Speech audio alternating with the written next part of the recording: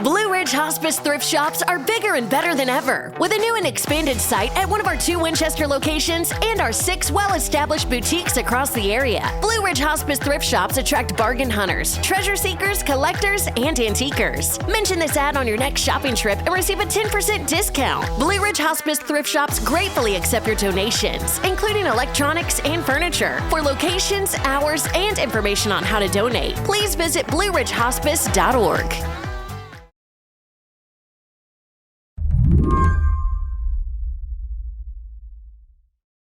Growing up, Aaron Bealls' parents didn't call the local schools public schools. Not often, anyway. Actually, no. They like to call them government schools. They call them public schools sometimes, but there was a point to be made that these are government schools. Government schools were dangerous, which is why Aaron didn't set foot in them. He and his 3 siblings were homeschooled by their mom. She had a big desk like a traditional teacher. Staying home meant she could lead them in Bible study before they got on with the academics. But for Aaron, there was something darker happening too. There was the corporal punishment, the isolation he felt, all part of a movement designed to keep him far away from a place that now seems so benign. There was definitely a narrative that public schools were not just different and for other people, but that they were evil, that they were places where kids go to be indoctrinated by the state. I mean, that word indoctrination was frequently used to describe actual education. That word, indoctrination. Aaron's been thinking about it a lot these days. Not by choice, not really. It's just hard to avoid. That's good. Following woke indoctrination in our schools, that is a road to ruin for this country, and we're not going to let it happen in Florida. We will stop the radical indoctrination of our students and restore patriotic education to our schools. Aaron looks around and he can see how the terms of the debates the rest of us are having right now about what kids can learn and how they learn it, they were set decades ago by families like his, Christian homeschoolers. Yeah, it's just laughable to me. The public schools are not indoctrinating. I was indoctrinated as a homeschooler. As you've probably guessed, Aaron made different choices for his own family. His kids now go to the public school down the road. His 7-year-old daughter was the first, nearly 2 years back. Turns out she is not the only one being educated. So my daughter is frequently coming home and telling me things that I never learned.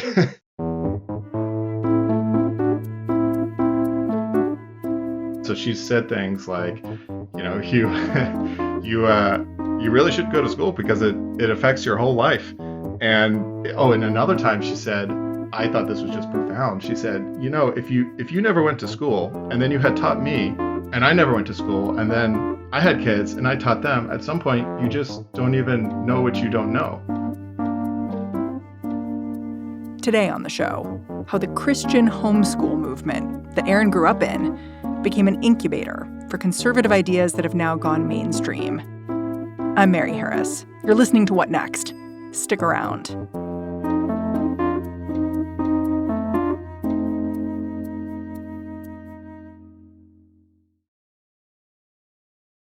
Macy's is committed to creating brighter futures for all. Throughout June, join Macy's in celebrating Pride Month by supporting the Trevor Project, whose mission is to provide life-saving suicide prevention services for LGBTQ young people. Just round up your next in-store purchase or donate online to the Trevor Project. Shop LGBTQ-owned brands and learn more by telling your smart speaker to open Macy's now. I'm Dahlia Lithwick, and this is Mark Joseph Stern. And we are in the privileged and perturbing position of being Slate's unsleeping Supreme Court watchers. The highest court in the land is delivering decisions that reach into every aspect of American life this June, and we're here to figure out what it all means and to share that with you. Slate's Amicus podcast, hosted by me, is coming to you weekly, every Saturday, with what we're calling Opinion Palooza. We're also bringing you quick-turn analysis in the immediate aftermath of the biggest decisions. Subscribe to Amicus so you don't miss an episode. Amicus from Slate, that's AMICUS. Subscribe or follow wherever you listen to your podcasts.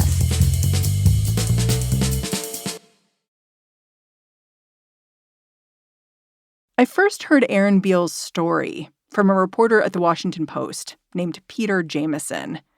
Peter is working on a whole series of stories on homeschooling and its connections to modern-day political movements. Peter says the ultra-conservative Christian homeschooling that Erin got, it isn't what everyone gets, but the people behind it played a crucial role in entrenching a family's right to keep a kid home, which is sort of funny when you think about how homeschooling became popular in the first place as a hippie alternative to regular school. You know, in the 1970s is really when the modern homeschooling movement is born, and it begins as a force on the countercultural left. One of the pioneers of early homeschooling in this period is a man named John Holt, who had a whole philosophy which he called unschooling, which is still used by many American homeschoolers today. Babies come into the world extraordinarily curious, eager to learn, extraordinarily resourceful and competent at learning, that they are, in the most literal sense of the word, scientists. They do exactly what scientists do. They use the scientific method in making sense of the world around them. And then they get to a certain age, which may be as young as 3, but in any case, the age of school, and this process is turned off by adults who think they are now going to direct and control the learning of these children, who they treat them like empty receptacles into which they are going to pour whatever learning they think they ought to have. The idea was essentially that you're liberating children from any structure of formal education, taking them out of the regimented public school setting and allowing them to pursue their interests in a way that is both more fulfilling and more effective.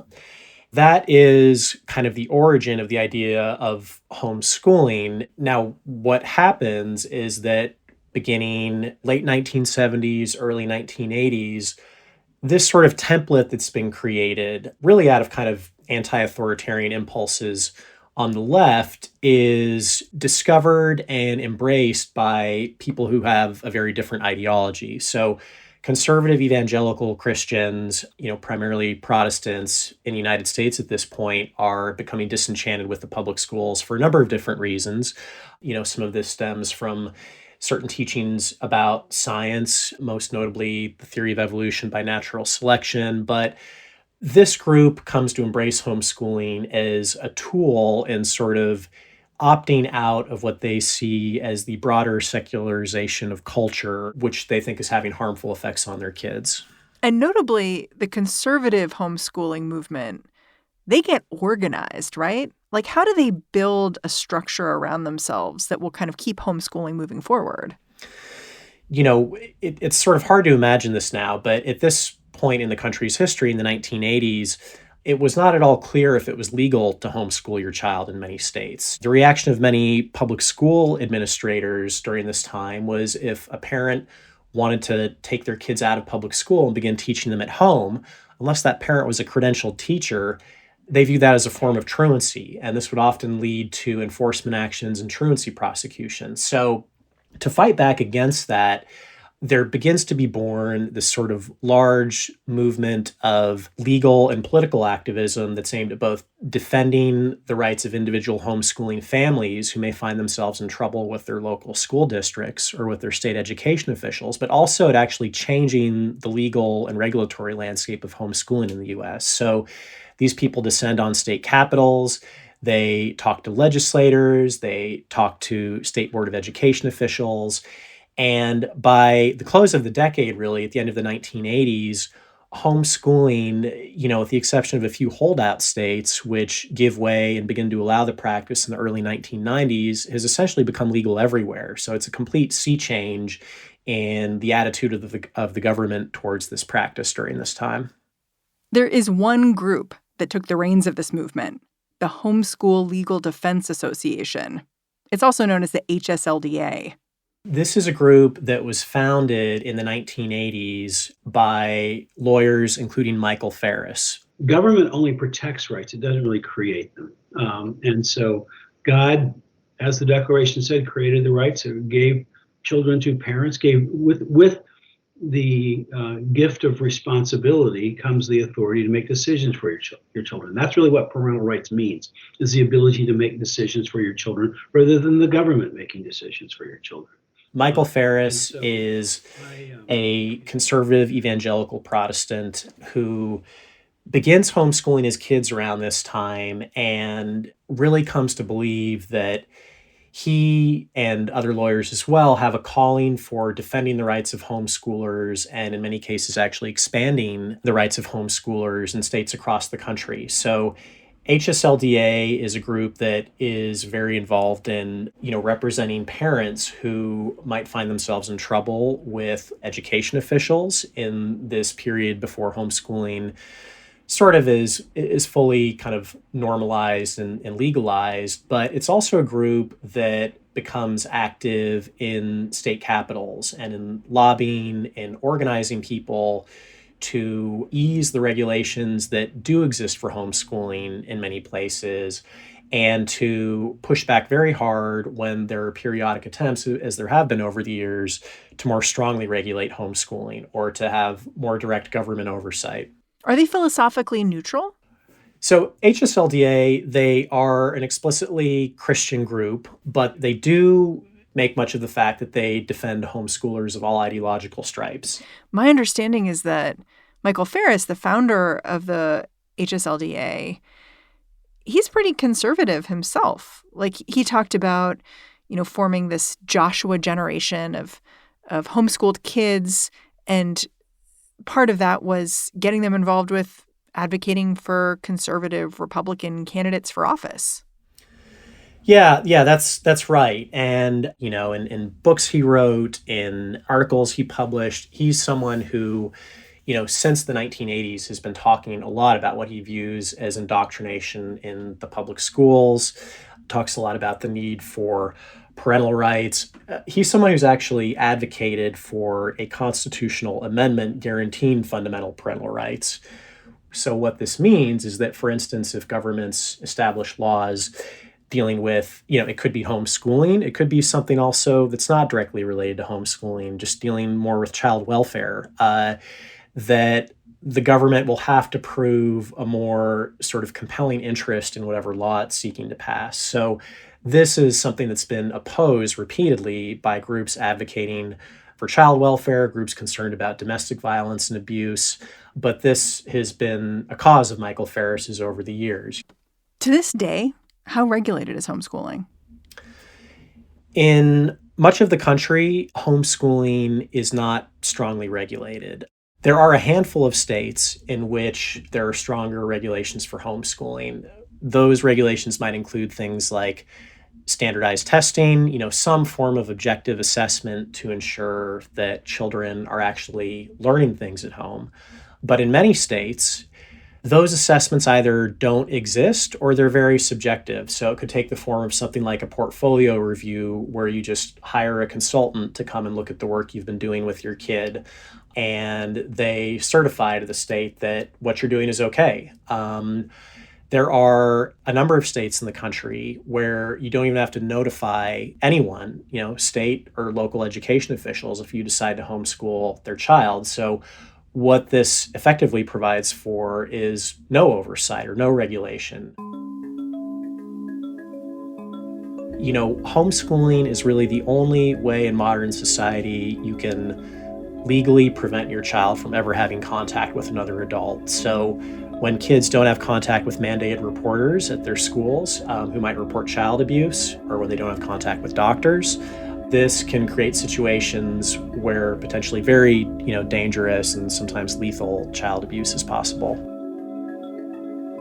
After the break, one family's break from Christian homeschooling and a possible sea change in the movement.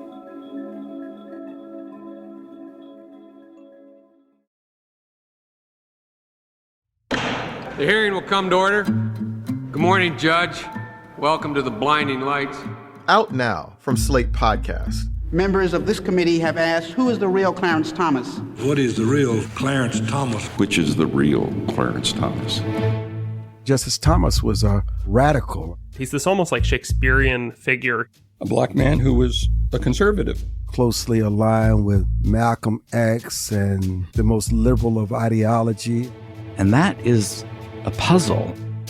I don't know that I would call myself an enigma. I'm just Clarence Thomas. So look, when I talk about Clarence Thomas, there are going to be two groups of listeners, and neither one are going to like what I say. So my question to you is, why am I doing this interview?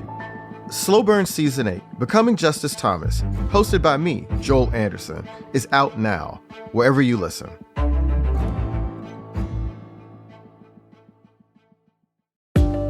When you think about business deals, you might think about the money.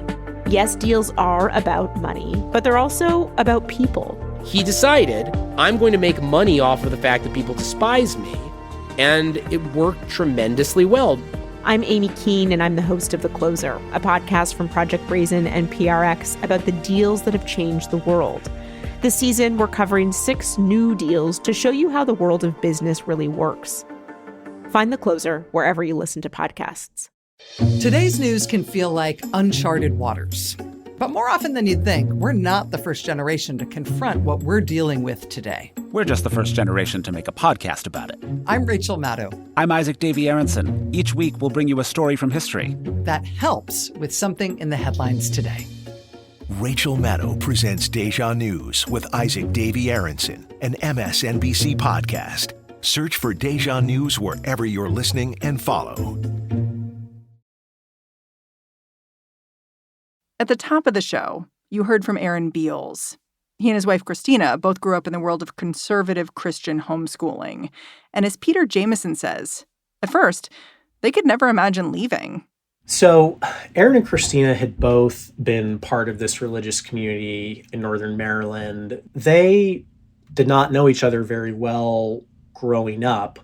They came together through a process called courtship, which is something that is used by some conservative evangelical Christians, mainly Protestants, where Aaron initially approached Christina's father, and then they entered into kind of a period of supervised and chaperone contact, which eventually led to engagement and marriage. And as part of that, they went through marriage counseling where homeschooling was discussed. What was the parenting philosophy they were being told to carry out? A core tenet of the raising of children in this particular corner of the conservative Christian homeschooling movement is a practice called chastisement. And what this is a form of corporal punishment. Hitting kids. Yes, it's hitting kids.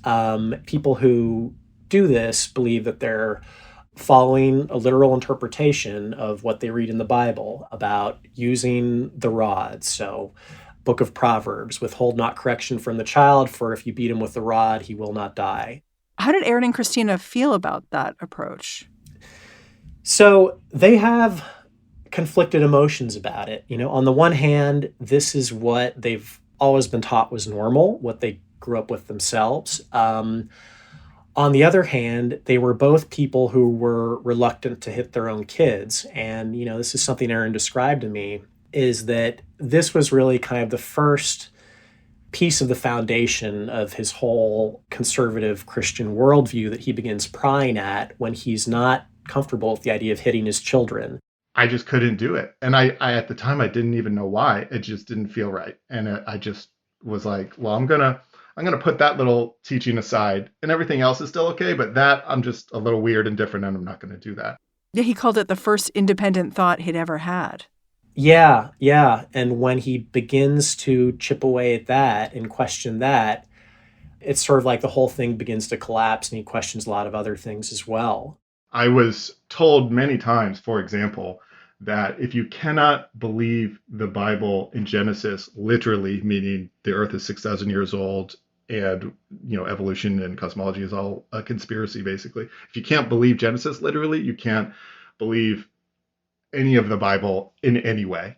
That setup is very much like the Jenga tower. As soon as you find that science is actually real, you start to question everything because you were told to, basically.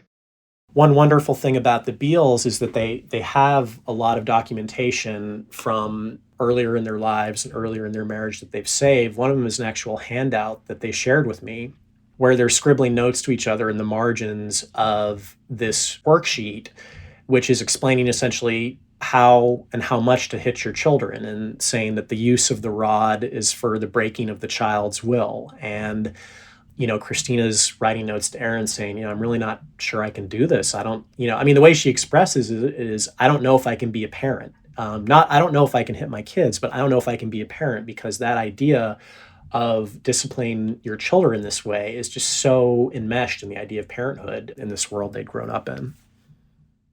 Aaron and Christina did eventually have children. How did they first begin talking about putting their kids in public school? Because, as you said, there's lots of documentation they have. You have, notes that Christina wrote to herself when she was a teenager, explaining that, one of the fundamental things she was looking for in a marriage was to be at home, to homeschool her kids. So I just imagine this is a radical shift for them. They, were struggling a little bit to engage their daughter Amy in her homeschooling lessons. They suspected that perhaps she could benefit from some of the socialization that might come in a public school, that she could maybe benefit with her reading skills from professional educators. But at the same time, as they begin discussing this, there are all these ideas still lingering in both of their heads about what happens in the public school. What did they think happened in the public school? Well, so, you have to remember that other than voting or the occasional HOA meeting, they just literally never set foot inside public schools. So they don't know what happens in them. Their parents had taught them that these were buildings children should never enter. The term often used in this corner of the homeschooling movement is government schools. So, they had grown up believing these are essentially indoctrination camps that are attempting to subvert Christian families and kind of, subvert what they were taught was the Christian heritage of the United States. And so, they'd begun to drift away from that belief at this point, but it's still a very hard decision to make. They'd grown up hearing that kids are, taught to hate Jesus, that they're raped in the bathroom, that they'll be bullied incessantly, just largely speculative threats that they were told children are exposed to in public schools. So it was a huge thing. The story opens with this scene of Aaron and Christina gathering with these other parents who are saying goodbye to their kids in front of Round Hill Elementary School, which is a reputable public elementary school in Loudoun County, Virginia. But for Aaron and Christina, it has this entire just momentousness that other parents around them wouldn't comprehend, that their child Amy is going to be the first in 2 generations to go into a public school. And they just, weren't really sure how that was going to go. It's interesting because you spoke to Michael Ferris, the guy who founded the Homeschool Legal Defense Association, and you put to him the story that Aaron and Christina told you about leaving the homeschool movement for their own kids. And it seemed to me like in his response, he was trying to play what happened here off as these are particularly conservative homeschoolers. And we find that, most people are sticking with it. Was that your impression as well? Yes, I think that Michael Ferris's response to this, what he told me is that these people are the fringe of the fringe. Do you believe that?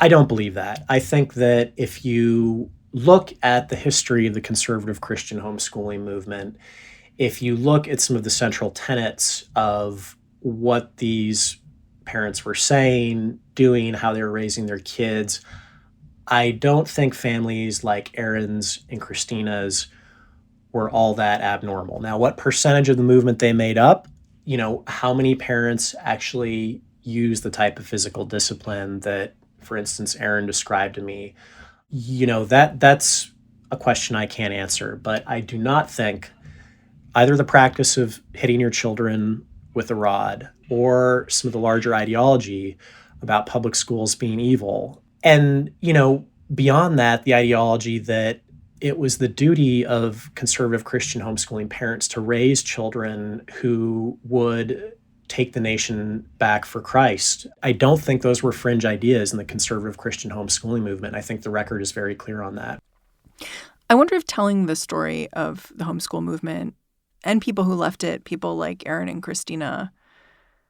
I wonder if it tells you anything about where the current Republican rhetoric on schools is going, or maybe how durable it is. Because the idea of parental rights is a snappy headline. But it seemed to me reading your reporting that the story of someone like Aaron and Christina shows where that can go. And it sounds like it can go to a pretty dark place. I think that's right. And I think that that is what their story illustrates. And that is what I think, in some ways, what their entire generation illustrates. At least this generation in conservative Christian homeschooling families like those that Aaron and Christina grew up in. I think a lot of the political power of the current rhetoric on the right about parental rights, about indoctrination in public schools, about the kind of contest of wills between public school administrators or teachers and parents on things like the gender identification of their children. A lot of this stems from a protectionist impulse that parents have, and that's something any parent can relate to. But what I think we see with Aaron and Christina and others who grew up in similar families is that protectionist impulse, when it goes too far, they would certainly say is both, physically and psychologically harmful to the children themselves, but also, maybe has a deleterious impact on just the broader social fabric that, it's not a good thing for the country to have these sort of very insular ideological communities of people being taught to distrust and to fear difference and people different from you and what they might do to your own belief system. Peter Jamison, I'm really grateful for your time. Thanks for coming on the show. Thank you for having me. Peter Jamison is an enterprise reporter for The Washington Post. Earlier, we spoke with Aaron Bealls of Loudoun County, Virginia. A big thanks to him for joining us, too. And that's our show. If you're a fan of What Next, the best way to support our work is to join Slate Plus. Go on over to slate.com/whatnextplus to sign up. What Next is produced by Elena Schwartz, Rob Gunther, Anna Phillips, Paige Osborne, and Madeline Ducharme. We are led by Alicia Montgomery with a little help from Susan Matthews. Ben Richmond is the Senior Director of Podcast Operations here at Slate. And I'm Mary Harris. You can track me down on Twitter. I'm at Mary's Desk. Thanks for hanging out. I'll catch you back here tomorrow.